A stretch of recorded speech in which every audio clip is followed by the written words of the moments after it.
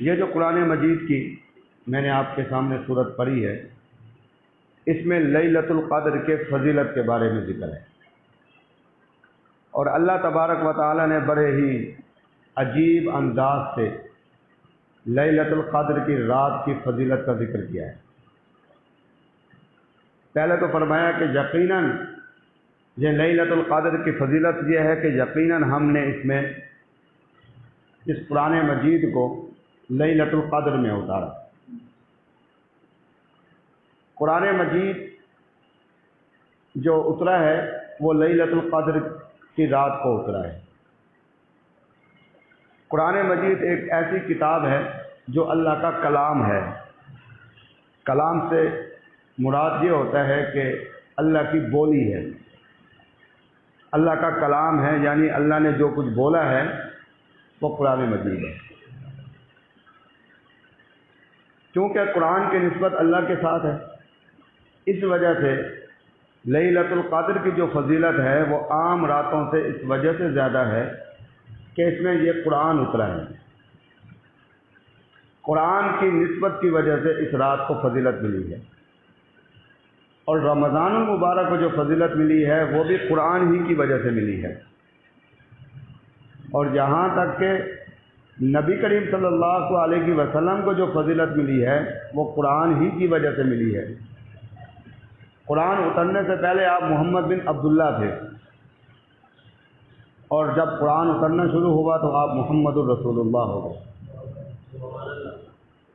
تو قرآن کی ہی نسبت کی وجہ سے یہ فضیلتیں ملتی ہی جاتی ہیں۔ جو قرآن کے زیادہ قریب ہوتا جاتا ہے اس کو آج بھی فضیلت ملتی ہے۔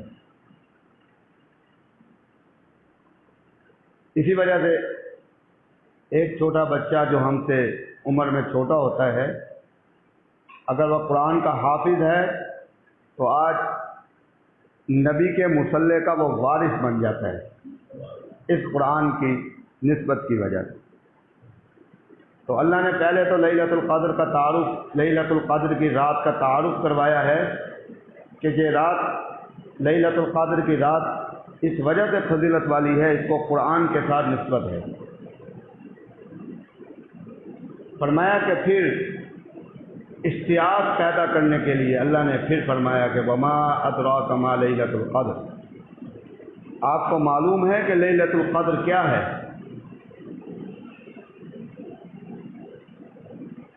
آج بھی کسی چیز کے بارے میں اشتیاق پیدا کرنا ہو کسی کے دل میں تو اسی طرح کا ہی جملہ بولا جاتا ہے کہ آپ کو معلوم ہے یہ کرونا کیا ہے، آپ کو معلوم ہے یہ شوگر کیا ہے۔ تو اللہ نے بھی اسی ہی طریقے کو اختیار کیا ہے کہ آپ کو معلوم ہے کہ یہ لیلۃ القدر کیا ہے۔ اشتیاق پیدا ہوا، کیا ہے لیلۃ القدر؟ فرمایا کہ لیلۃ القدر کی فضیلت یہ ہے کہ لیلۃ القدر خیر من الف شہر، اس رات، یہ جو رات ہے لیلۃ القدر کی، یہ 1000 مہینے سے بھی بہتر ہے۔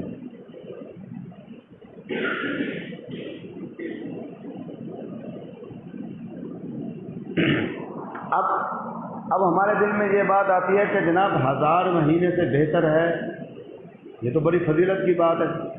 ایک رات 1000 مہینے سے بہتر، یعنی یہ اگر تقسیم کریں سالوں میں، یہ 83 سال اور 4 مہینے بنتے ہیں۔ اور پھر ایک سوال پیدا ہوتا ہے کہ کتنی بہتر ہے، کتنی بہتر ہے؟ 83 سال تو 1000 کے حساب سے تو 83 سال تو ویسے بنتے ہیں، اور آج کل اوسط عمر جو ہے وہ 40 سے جب آدمی اوپر جاتا ہے تو آج کل تو ویسے ہی بونس پر ہوتا ہے، بونس پر ہوتا ہے۔ تو 40 سال سے اوپر ہی آدمی بونس پر ہوتا ہے۔ اور رحمت کائنات صلی اللہ علیہ وسلم کی جو عمر تھی وہ 63 سال تھی۔ تو 83 سال تو بہت کم لوگ ہی پہنچتے ہیں جو 80 سے اوپر جائیں، 60 سے اوپر بھی بہت کم لوگ، پھر تعداد کم ہو جاتی ہے۔ تو 83 سال کی ایک رات، یہ بھی بہت بڑی فضیلت کی بات ہے۔ پھر اللہ نے یہ نہیں فرمایا کہ یہ رات 83 سال کے برابر ہے، یعنی 1000 مہینے کے برابر ہے۔ اللہ نے فرمایا کہ یہ جو رات ہے وہ 1000 مہینے سے بھی بہتر ہے۔ اب سوال یہ پیدا ہوتا ہے کہ کتنی بہتر ہے، کتنی بہتر ہے؟ قرآن مجید میں شاید ہو سکتا ہے جس طریقے سے قرآن میں یہ ہوتا ہے، یہ طریقہ ہے کہ نماز کا جب ذکر ہوتا ہے تو کچھ باتیں نماز کی کچھ پہلے پارے میں ہوتی ہے، کچھ باتیں دوسرے پارے میں ہوتی ہیں، کچھ باتیں کوئی اور صورت کے اندر ہوتی ہیں، تو ساری باتوں کو دیکھ کر سارے مسائل معلوم ہو جاتے، اشارات ملتے ہیں، پھر آگے جاتے ہوئے احادیث کے اندر ذکر آ جاتا ہے۔ اب جب قرآن مجید کو ہم کھولتے ہیں، قرآن مجید میں دیکھتے ہیں کہ لیلۃ القدر کا ذکر جو ہے وہ سورۃ انزال لیلۃ القدر کے اندر ہوا ہے۔ ہو سکتا ہے اور ذکر جو ہے وہ قرآن مجید کی کسی اور سورت کے اندر بھی ہو، اس میں ذکر کیا گیا ہو، کتنی بہتر ہے۔ قرآن مجید کو جب دیکھا گیا، مطالعہ کیا گیا، کہیں بھی یہ بات نہیں ملی کہ لیلۃ القدر 1000 مہینے سے کتنی بہتر ہے، یعنی 1000 سے 2000 مہینے بہتر ہے، 3000 مہینے بہتر ہے، 1,00,000 مہینے بہتر ہے، 1 کروڑ مہینے بہتر ہے، 1 ارب مہینے بہتر ہے، 1 کھرب مہینے بہتر ہے، 100 کھرب مہینے بہتر ہے۔ جہاں تک ہماری گنتی ہے ہم جو وہاں تک سوچ سکتے ہیں، کوئی بات ایسی نہیں ملی۔ اس کا معنی یہ ہے کہ قرآن مجید اللہ کا کلام ہے، اللہ نے نہیں بتلایا۔ جب قرآن میں نہیں ہے تو اللہ نے نہیں بتلایا۔ پھر ہم احادیث کے اندر دیکھتے ہیں، کیونکہ قرآن تو یہ بات جو لیلۃ القدر کے بارے میں جو بات ہم تک پہنچتی ہے وہ تو نبی کے ذریعے پہنچی ہے۔ احادیث کے ذخیرے میں دیکھتے ہیں، ذخیرہ احادیث میں دیکھتے ہیں کہ کہیں ذکر ہو 1000 مہینے سے بہتر ہے، کتنی بہتر ہے۔ احادیث کے ذخیرہ احادیث میں بھی کہیں نہیں ملتا کہ لیلۃ القدر کی رات جو ہے وہ 1000 مہینے سے کتنی بہتر ہے۔ تو اس سے یہ بات معلوم ہوئی کہ نبی کریم صلی اللہ علیہ وسلم نے بھی نہیں بتلایا۔ اگر آپ بتلاتے کہ یہ رات کتنی بہتر ہے تو احادیث کے ذخیرے میں موجود ہوتی یہ بات، تو ذخیرہ احادیث میں یہ بات موجود نہیں ہے، تو اس سے یہ بات ثابت ہوئی کہ نبی کریم صلی اللہ علیہ وسلم نے بھی نہیں بتلایا۔ جب نبی نے نہیں بتلایا، خدا نے نہیں بتلایا، اور اصول یہ ہے کہ جس چیز کا تعین اللہ اور اس کے نبی نہ کریں،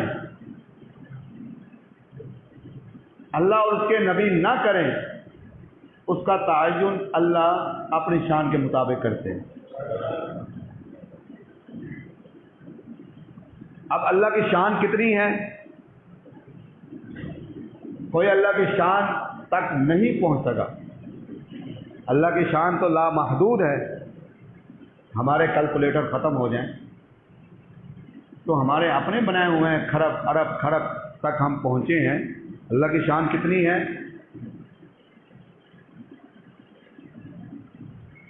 تو یہ ایک بہت بڑی اللہ کی طرف سے رحمت ہے۔ اللہ نے ہمیں سال میں ایک دن ایک رات، رمضان المبارک کا ایک مہینہ ایسا دیا جس میں ایک رات ایسی ہے جو 1000 مہینے سے بہتر ہے اور اللہ کی شان کے مطابق بہتر ہے۔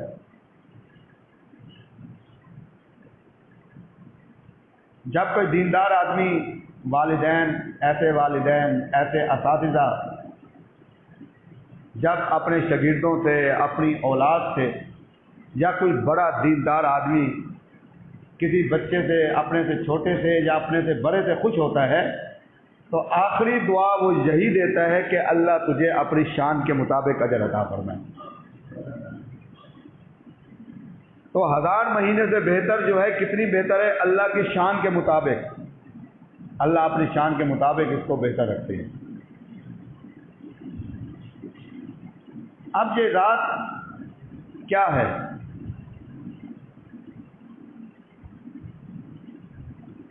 اب اللہ کی رحمت دیکھیں اللہ کی رحمت یہ ہے کہ اللہ نے ہمیں ایک رات دی جو 1000 مہینوں سے بہتر ہے۔ اللہ نے تعین نہیں کیا کہ وہ کون سی رات ہے، وہ پہلے عشرے میں ہے، وہ یہ تو فرما دیا گیا کہ آخری عشرے میں یہ رات تلاش کرو لیلۃ القدر۔ اللہ فرما دیتے یہ 21 کی رات ہے، اللہ فرما دیتے یہ 23 کی رات ہے، اللہ فرما دیتے یہ 25 کی رات ہے، اللہ فرما دیتے یہ 27 کی رات ہے، اللہ فرما دیتے یہ 29 کی رات ہے۔ اللہ نے نہیں بتلایا۔ کتنی غفور الرحیم اور رحیم ذات ہے، اس نے نہ بتا کر بھی اپنی مخلوق کا فائدہ کیا ہے۔ اگر تعین ہو جاتا کہ 21 کی رات لیلۃ القدر کی رات ہے، اگر تعین ہو جاتا کہ 23 کی رات لیلۃ القدر کی رات ہے، اگر کوئی آدمی اس رات کو کسی وجہ سے نیکی کا کام نہ کر سکتا، پوری زندگی اس کو افسوس رہتا۔ اگر کوئی آدمی اس دن اس رات کو بیماری کی وجہ سے، سفر کی وجہ سے اگر عبادت نہ کر سکتا، پورے سال اس کو یہ افسوس رہتا کہ میں ایک بات تو یہ، اور دوسری بات یہ ہے کہ انسان کے دل میں بے فکری پیدا ہو جاتی، پورا رمضان طے کر دیتا کہ بھائی ایک ہی رات جو ہے اس میں جاگ لوں گا، اس میں عبادت کر لوں گا، بس وہ تو 1000 مہینے سے بہتر ہے، وہ میرے لیے کافی ہے۔ اللہ کی رحمت ہے، اللہ اپنی مخلوق کو اپنے سے دور نہیں کرنا چاہتا۔ اللہ نہیں چاہتا کہ میری مخلوق جس سے میں بہت محبت کرتا ہوں، میری اپنی بنی ہوئی ہے اور یہ مجھ سے دور ہو جائے، اللہ نہیں چاہتے۔ اور دوسری بڑی حکمت یہ ہے کہ اللہ نے رات کا تعین نہیں فرمایا۔ جس طریقے سے رات کی فضیلت زیادہ ہے، اس کے اندر نیکی کرنے کا اجر زیادہ ہے، اسی طریقے سے اگر اس رات کا تعین ہو جاتا، اگر اس رات کو کوئی گناہ گار آدمی اگر وہ کوئی گناہ کر بیٹھتا اور لوگوں کی نظر میں اس کو اگر کوئی دیکھ لیتا تو ہر کوئی یہی کہتا کہ یہ وہ بد نصیب ہے جس نے لیلۃ القدر کی رات میں یہ گناہ کیا ہے۔ اللہ تو نہیں چاہتے کہ میرا جو بندہ ہے اگرچہ وہ انتہائی درجے کا گناہ گار ہو، کوئی اس کو تانا دے، اللہ نے خود ہی نہیں دیا۔ جس طریقے سے ایک آدمی اگر کوئی گناہ کرتا ہے، جھوٹ بولتا ہے، اگر وہ اپنے گھر میں بولتا ہے تو اس کو جھوٹا کہا جاتا ہے۔ اگر وہی آدمی اگر مسجد میں آ کر بولے، ہم کیا کہتے ہیں کہ بھائی کچھ شرم کر، مسجد میں جھوٹ بول رہا ہے۔ اگر وہی آدمی بیت اللہ میں مسجد حرام میں جھوٹ بولے، کیا کہیں گے؟ یہی کہ بھائی کتنا بد نصیب ہے، مسجد حرام میں جھوٹ بول رہا ہے، کتنا بد نصیب ہے، بدبخت ہے جو مسجد نبوی میں کھڑے ہو کر جھوٹ بول رہا ہے۔ تو لیلۃ القدر کے بارے میں یہی بات کہی جاتی ہے، اس کے بارے میں اگر کوئی دیکھ لیتا تو کہتا کہ بھائی کتنا بد نصیب ہے، ایک سال میں ایک رات آتی ہے، یہ وہ بد نصیب ہے جس نے اس رات کو بھی گناہ کیا۔ اللہ کی یہ حکمت۔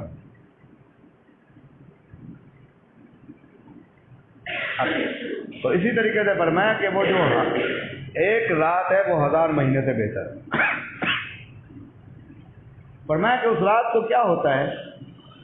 فرمایا کہ تنزل الملائکۃ والروح فیہا بإذن ربہم من کل امر سلام۔ اس رات کو فرشتے اترتے ہیں، فرشتے اترتے ہیں اور وہ پھیل جاتے ہیں، اور وہ پھیل کر دیکھتے ہیں۔ کچھ لوگ قرآن کی تلاوت میں مشغول ہیں، کچھ لوگ نمازوں میں مشغول ہیں، کچھ لوگ اللہ سے رو رو کر پکار کر اللہ سے مانگ رہے ہیں۔ چاہے وہ دنیا ہی کیوں نہ مانگ رہے ہوں،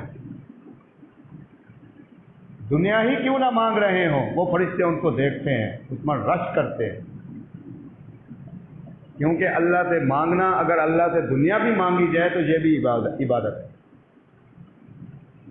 اللہ سے اگر دنیا بھی مانگی جائے تو یہ بھی عبادت ہے. دعا ایک عبادت ہے، چاہے وہ دنیا کے لیے ہو چاہے وہ آخرت کے لیے. جب وہ فرشتے خدا کے پاس پہنچتے ہیں تو اللہ تو عالم الغیب ہے. اللہ جانتے ہوئے بھی ان فرشتوں سے پوچھتے ہیں کہ تم دنیا کے اندر گئے ہو تو وہاں جا کر میرے بندوں کو کیسے پایا؟ کہ اللہ ہم نے پایا ہے کچھ لوگ قرآن کی تلاوت میں مشغول تھے، کچھ لوگ تیرے سجدے کی حالت تجھے سجدہ کر رہے تھے، کچھ لوگ رکوع کی حالت میں تھے.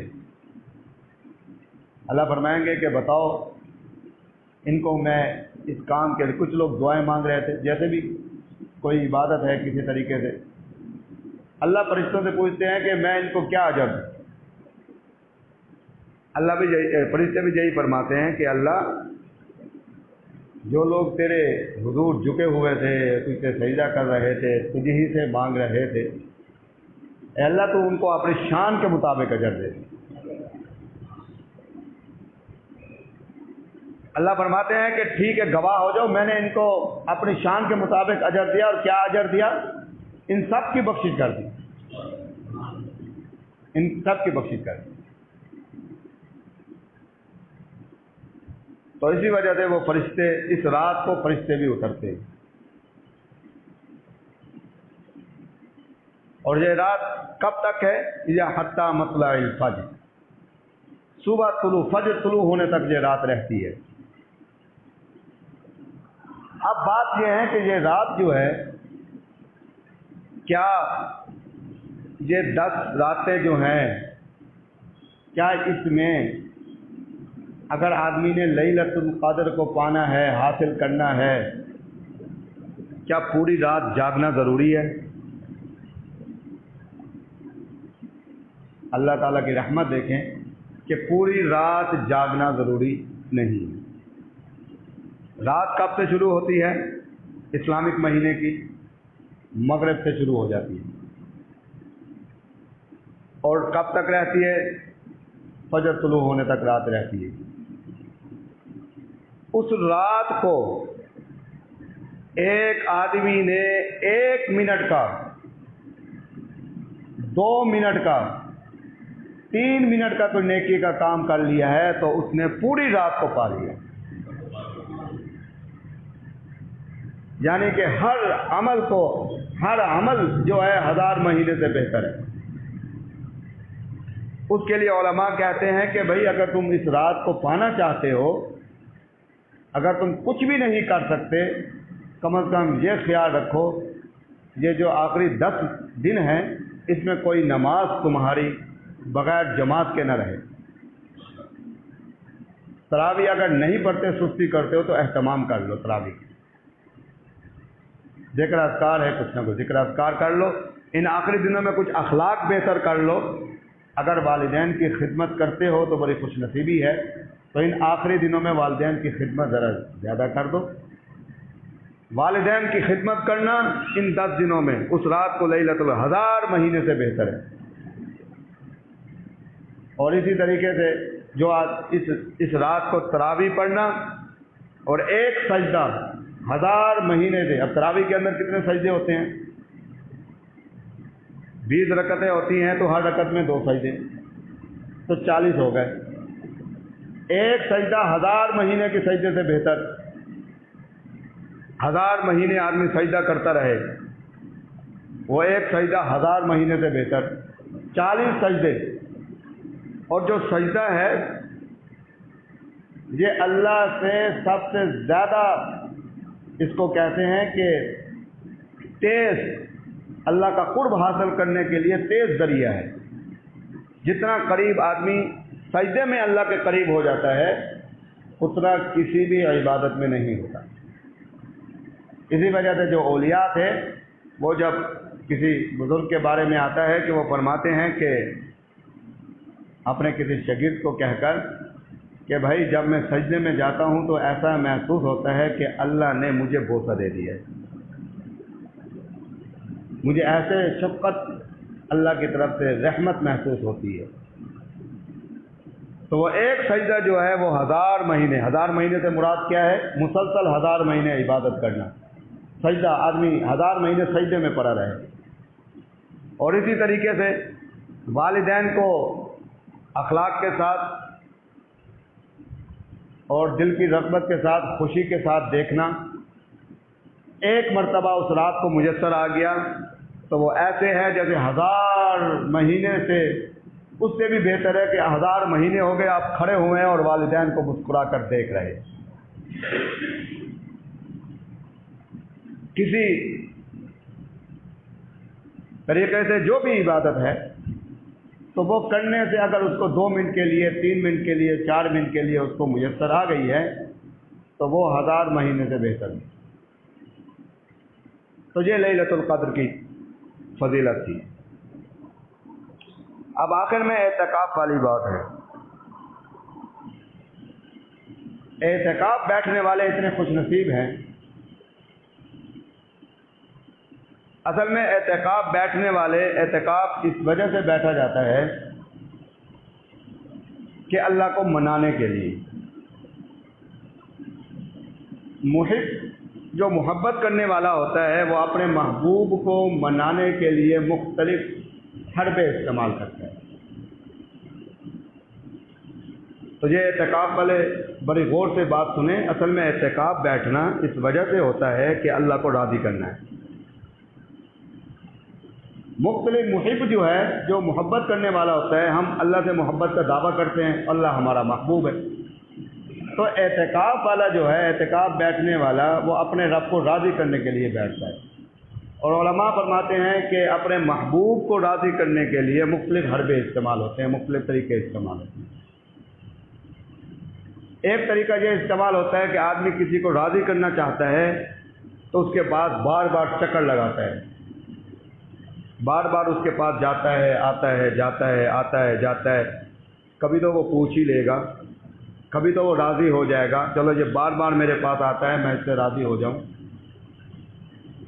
دوسرا جو دنیا کے اندر طریقہ ہے وہ یہ ہے کہ آدمی کسی کو راضی کرنا چاہتا ہے اپنے محبوب کو تو اس پر خرچہ کرتا ہے، اس کے لیے مال خرچ کر دیتا ہے، مال کی قربانی دے دیتا ہے۔ اور تیسرا طریقہ یہ ہے کہ اس کے لیے بھوک بھی برداشت کرتا ہے، پیاس بھی برداشت کرتا ہے۔ اور چوتھا طریقہ یہ ہے کہ آدمی اس کے در پہ بیٹھ جاتا ہے کہ بھائی جب تک تم مجھ سے راضی نہیں ہوگے میں یہاں سے نہیں اٹھوں گا۔ اور پانچواں طریقہ یہ ہے کہ آدمی اس کے لیے اپنی گھر بار کو، اپنے بچوں کو، اپنی بیوی کو، اپنے رشتہ داروں کو چھوڑ دیتا ہے کہ جب تک میں جا رہا ہوں اس کے پاس، جب تک وہ راضی نہیں ہوگا میں واپس نہیں ہوں گا۔ پھر اپنے اداؤں کو بدلتا ہے، اپنے کپڑے جو میلے ہو جاتے ہیں یا اپنی آسائش کو چھوڑ دیتا ہے۔ تو یہ 5 طریقے ہیں اپنے محبوب کو راضی کرنے کے۔ پہلا طریقہ یہ ہے کہ بار بار محبوب کے پاس جانا، یہ نماز ہے کہ آدمی 5 وقت نماز کے لیے جاتا ہے، تو یہ جانا بھی، نماز بھی پڑھنا اللہ کو راضی کرنے کے لیے ہے کہ 5 وقت کے لیے آدمی جاتا ہے اور جا کر بار بار نماز پڑھتا ہے، چکر لگاتا ہے کس طریقے سے میرا رب مجھ سے راضی ہو جائے۔ اور دوسرا جو طریقہ ہے کہ آدمی اپنی مال کی قربانی دیتا ہے، مال خرچ کر دیتا ہے، وہ زکوٰۃ ہے، خیرات ہے، صدقہ ہے، وہ آدمی اسی وجہ سے کرتا ہے کہ اللہ راضی ہو جائے مجھ سے۔ یہ دوسرا طریقہ حربہ ہے۔ تیسرا یہ ہے کہ آدمی بھوک اور پیاس کو برداشت کرتا ہے، یہ طریقہ روزے کا ہے رمضان المبارک میں۔